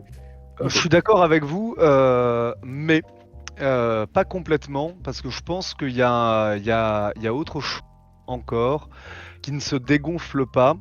C'est quand la révélation finale en fait met le doigt. Mais bon, là on sort de la fiction, hein, je sais pas, mais sur une vraie angoisse métaphysique. Tu vois, tu dissipes, tu vois, mettons que tu dissipes l'inconnu qu'on a sur la mort et que tu as le néant. Parce que bon, effectivement, on a peur de la mort parce que c'est le grand inconnu, etc. Mais si tu dissipes ça et que tu dis bah derrière c'est le néant, il y a des gens à qui ça va très bien aller et il y a d'autres gens, à mon avis, à qui ça ne va pas aller, en fait. Parce que voilà, je pense qu'il y a des, tu vois, ou que l'humanité n'est rien, j'en sais rien, tu vois, t'as des trucs à mon avis qui peuvent durablement, en fait. C'est pas de la, je sais pas si c'est pas de la peur. Non, c'est pas de la peur, c'est de l'angoisse, mais c'est Ouais, pas la même l'angoisse. chose, justement. Moi je pense que c'est pas la même chose, je suis d'accord avec toi, Damien. Ouais, non, mais c'est pas la même chose, je suis d'accord. Mais c'est pas, ça ne s'évanouit pas. Non, En mais fait, ça se transforme, tout se transforme. Ouais, C'est de la physique. ça. Mais c'est vrai que c'est pas pareil parce que c'est plus une peur primitive Ouais. de l'inconnu. Je pense que la peur du... Regarde, imagine t'es dans une eau sombre. On a tous fait ces cauchemars-là. T'as une sorte d'étendue d'eau et tu vois une ombre en dessous dans ton cauchemar. Là, t'as une peur primale. Et ça peut être vrai, d'ailleurs, dans la réalité, si t'es dans l'eau et que tu vois une ombre, tu commences à flipper. À partir du moment où tu vois que c'est un requin, tu vas être potentiellement terrifié, mais c'est plus le même type de peur. C'est une peur rationnelle par rapport à un danger immédiat. Et je pense que pour ton exemple du néant, si on avait, ou même, imagine, on se rend compte qu'on est manipulé par ces entités cosmiques, et je pense qu'il y aurait une terreur primale, probablement un prolongement de cette terreur primale au départ. Et je pense que si ça durait, par exemple, je sais pas moi, 1 an, on voit Cthulhu pendant 1 an qui commence à se rapprocher, tout ça, la peur va monter, mais aura changé de nature. Ah oui, On se je suis sera d'accord, habitué au truc, tu vois ce que je veux dire? C'est plus une révélation. Ouais, je suis Ouais, d'accord, c'est ça. je suis d'accord, mais en se transformant, ça conserve une forme d'efficacité, Ok. heu, Oui, parce que métaphysique à dans mon la avis, ouais. voilà. Oui, parce que dans la révélation, on lève le voile, mais une fois que le voile est levé, s'il n'y a plus rien à il y a plus rien à révéler. En fait, on voit la chose pas de profil, mais de face. C'est marrant parce que je crois que dans ce que tu dis, dans ce que tu dis, Nico, bon, tu parles de néant, j'ai envie de convoquer, l'être, mais tu vois, dans le sens où non, mais dans le sens où la peur C'est un sale con, Ça- je suis non, non, désolé. non, non, mais attends, par contre, ce que je dis, j'y crois. C'est-à-dire que la peur, elle est devant un objet, c'est-à-dire devant quelque chose qui est ou qui pourrait être. Tu vois, c'est soit le requin, soit la suspicion du requin. En revanche, l'angoisse, elle n'est pas devant un objet qui a une matérialité ou qui pourrait avoir une matérialité. Elle est devant quelque chose qui précisément n'en a pas, qui est à l'état diffus, et elle se joue plutôt pas sur le jeu entre être et temps, tu vois, mais entre être et néant. Je, Attends, je non, ferme la non, non, parenthèse. tu ne pars pas, je vais rebondir là-dessus. C'est mon Ouais, opportunité d'accord. parfaite pour vous parler d'un truc. Je crois que je l'ai déjà abordé avec vous, tant pis si je suis redondant. J'ai dû l'évoquer dans une capsule aussi. Il y a quelques mois de ça, je lisais un recueil de contes à mon fils, et c'est des contes divers et variés. Et à un moment, j'en lis un qui s'appelle La peur, justement. C'est exactement notre sujet, hein. Et je lis le truc et je dis, mais c'est magnifiquement bien écrit, j'adhère totalement. Enfin, moi-même, j'ai adoré le truc que je lisais à mon fils. Puis à la fin, je lis l'auteur et c'était Maupassant. Donc je vous en ai déjà parlé, j'adore Maupassant. Donc je Oui. dis, ah, c'est normal, c'est pour ça que j'ai aimé. Et donc, je vous résume l'histoire, je sais plus exactement, j'en ai pour 60 secondes maximum. C'est un type qui dit, bah, moi, il m'est arrivé ça, il raconte une histoire, il lui est arrivé, il était face à un danger, mais vraiment flippant, hein, le danger. Et il dit, là, j'ai vraiment eu peur, j'ai connu la peur et tout ça. Et il y a un mec dans le groupe qui lui dit, non, t'as pas connu la peur. Il dit, je vais te raconter un truc. Et il commence à lui raconter une histoire. Et il décrit qu'il était tout seul à un endroit, et que dans les broussailles, il y a eu un petit peu de vent, que ça a bougé, qu'il faisait nuit, le vent s'est mis à souffler, la poussière s'est soulevée, je sais plus exactement, mais quelque chose dans ce goût-là. Et il dit, j'ai jamais eu aussi peur de ma vie, j'ai vécu la pire nuit de ma vie, et il s'est rien passé. Et il dit, c'est ça, la peur. C'était magnifique. Alors, je vous invite à lire ce truc-là, tous ceux qui Et nous écoutent. Et c'est c'est exactement génial, ça. c'est dispo sur Wikisource, vous le trouvez en ligne super facilement. La peur de Maupassant. Mouah. Il n'y a pas une histoire de bateau à un moment, justement? Ouais, je crois, hein. J'ai des Ah, souvenirs vraiment peut-être, épars peut-être, peut-être. de Je crois cette qu'il y a nouvelle. deux histoires dedans. Enfin, deux. Il raconte deux Ouais. anecdotes Ouais, dans ouais, l'histoire. c'est ça. Donc, Il y a une histoire, ouais, attendez, parce que sinon ça va me sortir de la tête. Mais tout ce qu'on disait là tout à l'heure, avant notre longue digression, sur le côté, tu sais, le siphon où tu t'approches, Ouais, la spirale, ouais. ouais, la spirale, bah, c'est aussi ce qu'on a essayé de faire dans la ville. Et donc on peut aboutir, tu vois, sur le troisième point du world building castrateur. vas-y. Ou Parce pas qu'en fait, castrateur, justement. non, mais qui n'est pas Introduis-le comme ça, castrateur. s'il te plaît. Non, mais oui, d'accord. Non, mais parce qu'en fait, voilà. Ça vous rappelle pas quelque chose d'autre, les spirales? C'est marrant quand même, comme Si, mais l'univers Ah nous oui, si, parle, hein. mais si, mais mais c'est pour évidemment. ça, c'est pour Mais ça c'est qu'on a, pour ça. c'est pour ça qu'on a mobilisé le bébé. Je vais l'appeler comme ça pour de rien spoiler. Ça marche. Vas-y, annonce la troisième thématique alors. Plongeons. Ouais, bah, en fait, pour nous, la ville, c'est la même chose. Parce qu'en fait, on voulait recréer aussi cette, cette sensation-là du côté du naturel, du côté du cadre réaliste. C'est-à-dire que, en gros, tout ce qu'on a dit là, on a parlé beaucoup d'occulte, de créatures, de choses dans ce genre-là, mais la peur, même quand il se passe rien, elle peut aussi naître des relations humaines, enfin, de tout simplement de la façon dont le pouvoir est partagé dans un quartier, par exemple, tu vois.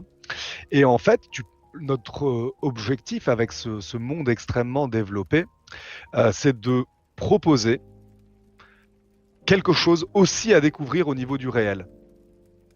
Je sais pas si je m'exprime Si, clairement. si. Ben, moi, c'est très clair. J'adore quand il y a ces deux types d'enjeux le surnaturel, le réel, que les deux se Ouais. mélangent. C'est le meilleur. Ah ouais. Bah oui, oui. Et Maupassant est le grand maître. J'en suis également persuadé. Mais parce que voilà, en fait, ça naît après. Tu vois, en fait, je trouve que ce qui est marrant, c'est de commencer dans un cadre réaliste, pour vraiment être sur la définition la plus classique du fantastique, quoi. Et d'un coup, tu as un élément, euh, et, euh, j'aime bien conserver le plus longtemps possible une explication rationnelle, sans surnaturel, quoi. Bon, Et ce qui après, est marrant, enfin, j'ouvre juste cette petite parenthèse, mais ce qui est marrant, c'est que la démarche de Lovecraft, c'est jamais celle-ci. Lovecraft, il démarre ses nouvelles en disant j'ai logé 6 balles C'est vrai, dans la tête de mon ouais, meilleur ouais, ami, et je vais ouais. vous expliquer que j'en suis pas le meurtrier, quoi. c'est vrai. Ou la vie est une chose hideuse, mais des forces démoniaques la rendent 1000 fois plus hideuse encore, quoi. Oui, oui, oui, oui. Mais C'est vrai. ouais, c'est vrai, c'est vrai, c'est vrai. Mais parce qu'en fait, on s'inspire pas que de Lovecraft, Non, non, et oui, puis heureusement, je quoi. pense. Non, non, et puis Lovecraft, il me semble que c'est ce qu'il introduit dans le récit fantastique, mais, mais que c'est hyper risqué. Enfin, peu de gens parviennent à s'en sortir en faisant Ouais. comme il fait lui, quoi. Je pense Oui, mais d'ailleurs qu'il est ouais. pas si. D'ailleurs, enfin, alors là, je veux pas créer une polémique, mais moi, je trouve que le monde Lovecraftien, l'univers Lovecraftien est formidable. Je suis pas un grand fan de Lovecraft dans le style d'écriture, pour être tout à fait honnête. Et je trouve qu'un Maupassant va beaucoup plus distiller cette peur primale, cette angoisse-là, à mon avis, que Lovecraft, qui est un peu moins subtil, je trouve. Je pense il a créé quand même, il a créé des Il est moins concepts. subtil, oui. Le Ouais. concept de l'indicible, à mon avis, vient de Lovecraft. Ça, de l'horreur cosmique, de ça. Justement, il l'a très bien défini d'une certaine manière. Je ne sais pas si elle est narrativement la mieux amenée par rapport à d'autres auteurs. Bah, en fait, il ne cesse de dire, d'une part, qu'il faut pas employer les mots indicibles et innommables, alors qu'il le fait tout le temps, et d'autre part, d'adopter, tu sais, un langage scientifique ou pseudo-scientifique pour décrire les horreurs dont il traite. Mais ce qu'il apporte aussi, il me semble, hein, je crois pas que l'horreur a été traitée avec un langage scientifique avant Lovecraft. Donc on peut trouver ça lourd. Au fond de moi, je suis d'accord avec toi hein, sur ce que tu dis. Tu vois, je trouve que Maupassant est bien sûr plus subtil, mais je suis très sensible malgré tout au style parfois abscon, parfois empoulé de Lovecraft. Ouais, ouais, ouais. Oui, oui, moi j'aime bien moi je ouais, bien. J'aime bien. Mais c'est vrai que effectivement, je trouve que Maupassant est plus épuré et que, enfin voilà, c'est plus ma sensibilité. D'un point de vue littéraire, je suis plus proche. Enfin, je suis plus sensible au style de Maupassant qu'au style de Lovecraft. C'est Euh, incomparable, pardon. Ouais, ça, mais en fait, Lovecraft, c'est pas un auteur très littéraire. Hein, Non, non, c'est vrai. Non, mais voilà, je... c'était juste une boutade. Mais oui, on parle pas des mêmes Ouais. choses. Je suis d'accord. Sur le plan littéraire, pour moi, c'est incomparable. Il y a un gap, enfin, un gap. Oh mon Dieu, un anglicisme. Il y a un écart. Oh, quelle horreur. C'est abominable. Voilà, la révélation, l'abomination est là. Non, non, il y a un écart C'est incroyable. atrocious. Mais sur la peur, je suis d'accord. C'est moins, l'écart est moins flagrant. Je voudrais pas être trop sévère là-dessus. C'était pour la parenthèse. Je pouvais pas m'en empêcher. ouais. Non, bien sûr, ouais, bah ouais. Et donc voilà, en fait, c'est vrai que c'est ça qu'on a voulu mettre aussi, tu vois, avec, en fait, pour rien de cacher. Au tout début de la campagne, on s'était dit, ce qui est cool dans une enquête, c'est quand les enquêteurs, ils ne savent pas où chercher. Et donc on voulait créer, en fait, la ville, on l'a créée pour ça aussi au début, avec cette idée, vous allez chercher une aiguille dans une botte de foin. Ce qu'on s'était dit, c'est on va créer, je sais pas, 120 meurtres. Je dis n'importe quoi, c'était pas exactement ça. Et C'est 120 là-dedans, articles. Donc c'est pas complètement n'importe quoi. nous sommes à 200 articles, très cher. J'ai regardé les Oui, mais PDF. non, non, oui, mais on met pas la première année. Oui, pas la première année, c'est vrai. On était à 120, on était encore des. Tu fais une histoire génétique, pas de lecture rétrospective, s'il te plaît. D'accord. Je- Ok. Alors, donc, on s'était dit, on va chercher une aiguille dans une meute de foin. Et en fait, après, on s'est dit, mais en fait, c'est chiant. Parce qu'en fait, s'ils prennent un truc et ils vont perdre du temps, ça va pas servir le propos de la narration. Et donc, ce qu'on a décidé de faire, c'était à l'inverse. C'était pas de dire, il y a un truc signifiant qui est noyé dans une masse insignifiante. On va faire une masse où tout est signifiant. Et quel que soit le truc que tu tires, tu arrives mais tu as des chemins plus rapides que d'autres. Ça, c'est beau. Ça c'est une Ouais. toile de fond, comme je les aime. Voilà. Non, mais c'est marrant. Je savais pas que tu allais dire ça. Pourtant, tu m'en avais déjà parlé. Et quand tu as commencé à me dire, on va faire en sorte qu'ils cherchent une aiguille dans une meule de foin, je me suis dit, ah, c'est peut-être là-dessus que je vais le mettre au défi en disant, oui, mais t'as pas peur que. Et c'est bon, tu as devancé. Tu as devancé. Absolument, il faut que tout soit signifiant et que tous les chemins Ah oui. mènent à Rome, mais d'une manière différente. d'une C'est certaine ça. manière. J'adhère. Ah ouais. Et donc c'est Mais, pour ça qu'on c'est ce qui propose fait le cadre que de la ville, ouais.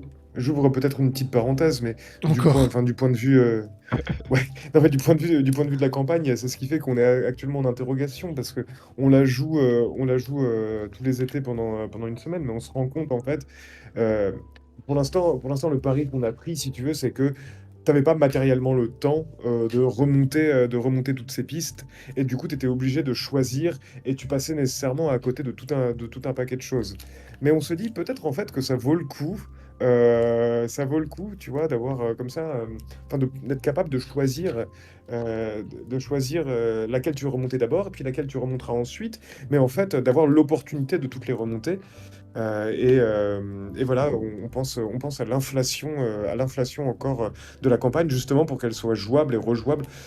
Bah, dans un détail qui rend honneur, je crois, enfin, au détail du world building qu'on a voulu, en fait, qui est Oui, hyper après vaste. voilà, ouais, c'est La ça, que les création gens jouent d'univers, comme tu ils veux veulent. dire? C'est ça que... Ouais, c'est ça. Ouais, ouais, c'est ça, c'est ça, c'est ça. Et donc en fait, voilà, le but, nous là, ce qu'on présente dans le manuel, effectivement, dans les 13 quartiers, bon, il y a 180 personnages et 130 lieux, tu vois. Il y en a plus. Damien avait le chiffre de personnages qu'on avait créés. 670, ouais. 670. Ouais. Voilà, donc on a pris les plus importants. On les a mis chacun sur une demi-page. Mais l'idée, c'est qu'en fait, chacun de ces trucs-là peut être gonflé après. Mais le but, c'est d'avoir une toile, vraiment comme une toile d'araignée, où tu vois, quand tu marches, bah, ça fait résonner des trucs et peut-être que la bête va arriver. Et après, cette toile, euh, tous les secrets ne vont pas être dans le manuel de base. Il y aura des. Ouais, on va révéler bien sûr des secrets, quoi. Mais du coup, ça donne un terrain de jeu pour un meneur parce qu'il a, il a le réseau. Et avec le réseau, après, il peut changer et en faire ce qu'il veut. Et après, il a la possibilité aussi de prendre l'ensemble cohérent, qui est assimilable en une semaine. Hein. Notre cher Laberlu, ici présent, c'est comme une espèce d'outre pleine de l'or. Pour employer un anglicisme, et tu appuies sur un bouton et ça ressort, ça jaillit, et le lore jaillira. Euh, voilà, donc là c'est le prochain défi effectivement hein, de la pour la suite quoi, c'est effectivement de rendre cet ensemble très très très fourni, euh, le plus appropriable en fait par tout le monde quoi. Et effectivement, que ce soit un mode intensif d'une semaine comme nous on fait, ou un mode plus classique d'une campagne que tu étires sur 1 an, 2 ans, avec des rendez-vous réguliers pour les gens qui peuvent quoi. Et puis évidemment, on n'attend pas des lecteurs qu'ils se farcissent tout le lore et qu'ils soient aussi tarés que la Berlue. Euh, L'idée, c'est aussi que tu puisses ouvrir une double page ou deux doubles pages, piocher les personnages qui t'intéressent et partir sur tes scénarios. D'ailleurs, c'est pour ça qu'on a farci le manuel de tout un tas de pistes de scénarios qui permettent aussi de découvrir comme ça la ville pas à pas, quoi. Mais De 100 pistes de scénario. c'est ça que j'ai aimé dans ce que j'ai vu dans votre kit d'introduction, là, pour le coup. Je dis pas ça pour vous flatter, c'est des trucs que j'ai vraiment apprécié. J'étais curieux de voir ce qu'il y aurait dans cet aspect univers, tout ça. Et en fait, ce qui m'a intéressé, c'est que oui, vous produisez beaucoup. Il y a l'air d'avoir beaucoup de personnages, monstres et tout ça. Mais dans leur description, c'est pas juste une description. Vous donnez des éléments qui seront utilisables en jeu, comme par exemple la notion de réseau, justement, pour savoir comment les personnages joueurs, en plus en fonction de qui ils sont les personnages joueurs, ils auront plus facilement accès à tel ou tel personnage. Pour y avoir accès, il faut aussi qu'ils développent un certain niveau dans leur propre réseau, quelque chose dans ce goût-là. Et donc, ça crée du jeu. C'est pas juste un univers qui est là pour être là et exploité au gré du MJ. Il va créer du jeu et il va être accessible aussi en fonction de ce qui se passe dans le jeu. Par conséquent, le MJ va aussi pouvoir se familiariser petit à petit en fonction de ce qui est nécessaire par rapport à ce que font les joueurs. Et ça, je trouve ça très bien, c'est organique. Ouais. Bah, c'est ce qu'on a cherché à faire en tout cas, donc je suis heureux si c'est l'interprétation que t'en as, parce que c'est exactement l'intention qu'on avait. Je ne suis pas un Bah, ça fait, sponsor. ça- Non, ce n'est pas un sponsor parce que Mais les juste stats un critique qui a un regard très fin, c'est tout. c'est ça. Non, non, non, mais parce que les stats est profondément éthique, donc il n'est pas sponsor. Ah, ils ont appris leur Mais leçon, hein. non, mais c'est vrai que c'est pas. Enfin, il y a, en fait, enfin moi je suis les vidéos de Lestat. C'est vrai que on a une similitude d'approche sur plein d'aspects. Donc, enfin voilà, c'est assez logique qu'on vienne ici parler dans le détail. Parce que bah, ça résonne avec ce qu'il distille dans la sphère holistique. Euh, voilà quoi. Nous sommes en famille. Et pour poursuivre sur ce que j'ai lu et qui m'a intéressé là-dessus, donc il y a cet aspect description des personnages, oui, oui, ça a l'air fourni. Je pense pas que ce soit limitant, hein, pour en venir au thème un peu fermé qu'on avait décidé au début. Je pense pas que ça le soit. Le seul truc, c'est qu'effectivement, s'il n'y avait pas cette dimension organique qui accompagne un peu le MJ d'une certaine manière, peut-être qu'un MJ pourrait se noyer là-dedans et pas savoir quoi prendre en compte tout de suite. Ça aurait pu être un des risques. Et dernier point qui m'a sauté aux yeux aussi, c'est y compris pour les monstres. Et en plus, vous êtes très clair, vous ne prenez pas de chemin détourné. Vous décrivez le monstre. Il y a plusieurs options du monstre, notamment pour le Shogot, là. Et il y a clairement des conseils de comment le mettre en jeu en fonction de si c'est tel ou tel type de monstre, tout ça. Et ça, enfin, il y a une suggestion narrative pour justement utiliser ce monstre de telle ou telle manière dans la narration. Et je trouve que c'est une bonne idée. En fait, on n'écrit pas un roman, hein, on écrit un jeu, donc, et on écrit un jeu, et le Exactement. premier public, ouais, voilà, et le premier public, c'est des maîtres du jeu, quoi. Donc, Bah ouais. donc si on leur propose quelque chose de statique, bah, on est en Ouais. fait Ouais. je sais pas dans quoi on est dans une espèce de démarche narcissique où on montre Ouais. ce qu'on a créé. Non, non, l'idée c'est Ouais. qu'ils le prennent en main et qu'ils jouent avec. Donc c'est pour ça qu'on a fait Ouais. ça. Ouais, et puis il y a aussi un aspect, tu vois, sur le côté jeu né du terrain, on va dire. C'est vrai que bah, enfin, moi, quand j'étais ado, voilà, j'avais les bouquins, etc. En créant un bouquin de jeu de rôle, j'ai donné ce que j'aurais eu envie d'avoir quand j'étais jeune, en Ouais, fait. c'est ça. C'est pour ça, nous, on est assez sensible, en tout cas, voilà, on pense à ces adolescents qui veulent se lancer dans le jeu de rôle, et on veut leur proposer un truc qui les aide à découvrir ce magnifique loisir. Et on est assez content parce que ça commence à y avoir des mauvaises graines qui poussent un peu partout, et ça nous fait extrêmement plaisir de voir que voilà, c'est pas seulement pour nous et nos potes, quoi. Et ça, tu vois, je reviens sur ce que tu disais au début, c'est une des difficultés, c'est comment tu fais pour écrire pour les autres. Euh, et Ouais, puis tu vois, et je rebondis là-dessus, Nico, mais en fait, une autre chose qui est difficile, c'est pas simplement de virer les idées que l'on trouve bonnes, mais qui ne s'intègrent pas nécessairement. C'est également c'est également d'aller à l'essentiel sur notre écriture, en supprimant des phrases qu'on trouve belles, par exemple, parce qu'on juge qu'elles sont pas assez accessibles. Ça, Je te c'est prends un dur. exemple tout... Ça, c'est ouais. dur. Ouais, ça c'est dur, Ça, hein. c'est Mais je te vraiment prends un dur. exemple tout bête. Mm. L'autre jour, bah, je sais pas, on s'est posé la question, tiens, on a gardé l'adjectif prométhéen. Est-ce qu'il va parler? Non, il va pas parler. Bon, bah, on met démesuré. C'est un peu plus pauvre dans l'expression, Ah, là, je suis mais le lecteur choqué. va. En plus, Ouais. tu choisis un truc qui m'est très très cher. Ouais. Dans mes Non, mais je sais, campagnes, mais c'est j'ai pour de ça. moult références à Prométhée, qui m'a Ouais, d'ailleurs. Mais non, mais c'est pour ça. C'est Ça. pour ça que c'était dur, tu vois. C'est pour ça que c'est dur. C'est parce que, affectivement, on a envie de mettre le mot prométhéen, tu vois. Ouais. On a envie d'écrire une phrase que l'on juge belle et dont le sens est plus précis que ce qu'on propose ensuite. Mais en fait, on n'écrit pas pour nous, quoi. Vous savez que On écrit. Ouais. Prométhée m'a sauvé du bac français. J'y reviens, pardonnez-moi, mais ça m'évoque tellement ça. Tout à l'heure, je vous ai parlé d'une anecdote où j'ai parlé de la lecture cursive Pourquoi j'ai mangé mon père, que je n'avais pas lu.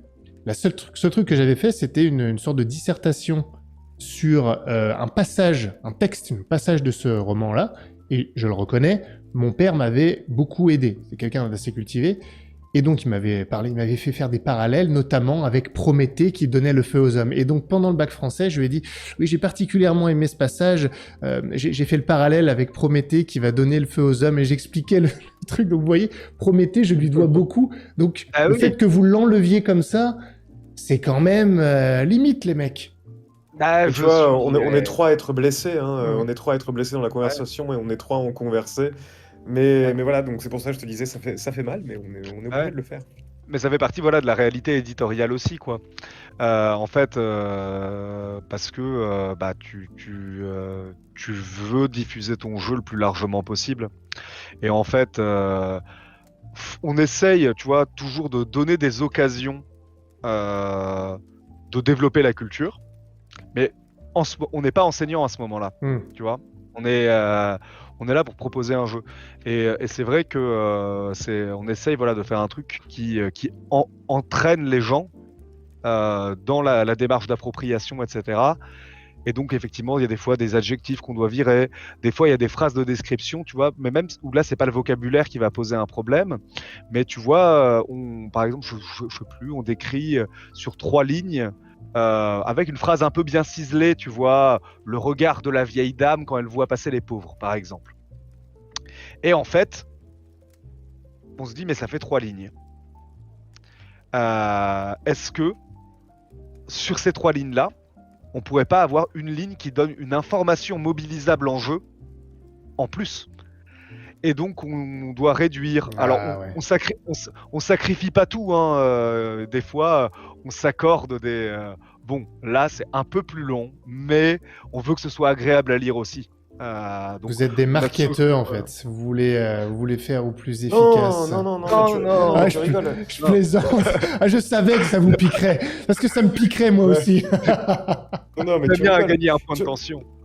Ouais, c'est clair. Non, mais je vais perdre les pédales, je vais t'engueuler, laisse là, c'est pas possible. Euh, non, en revanche, on est vachement attiré par les écrivains économes. Moi, par exemple, j'ai beaucoup à l'esprit un écrivain qui est un peu oublié aujourd'hui, qui s'appelle Emmanuel Bove.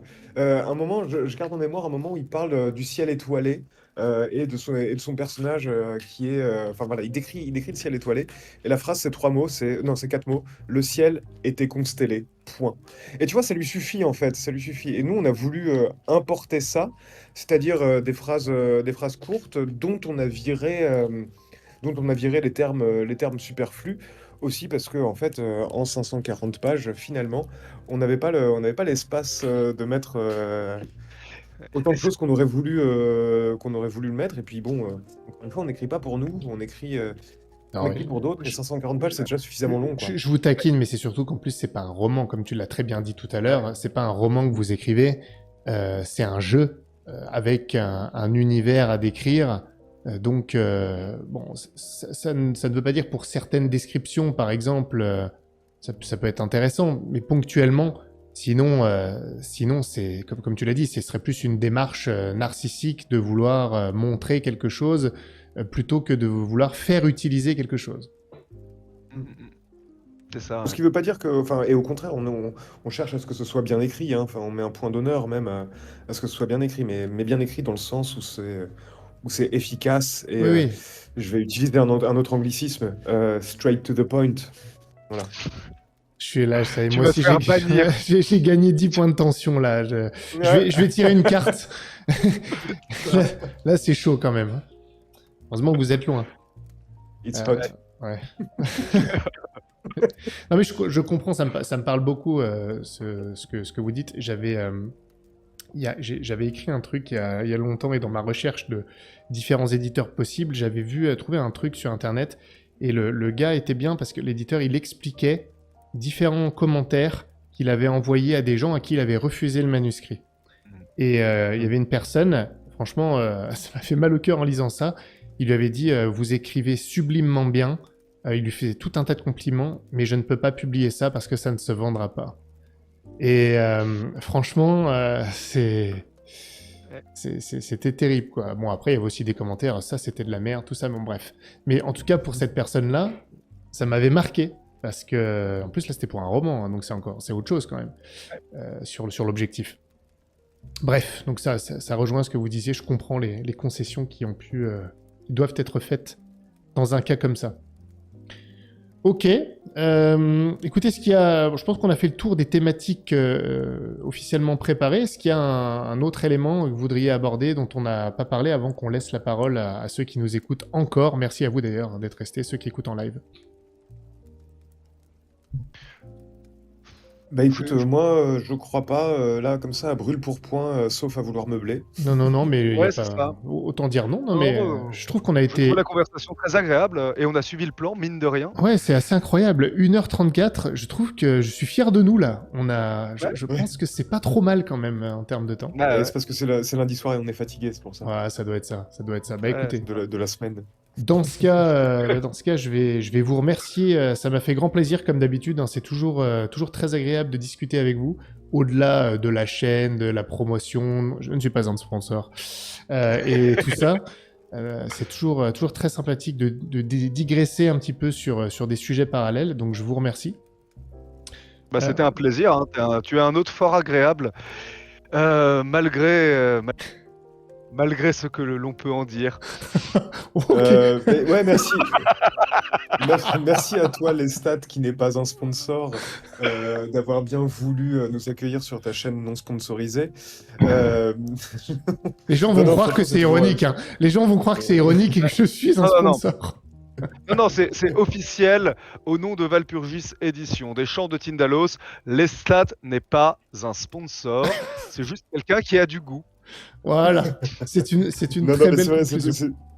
non, mais c'est vrai, c'est toujours plaisant de pouvoir discuter avec toi, c'est toujours stimulant en fait. Ouais. C'est ça que j'apprécie personnellement.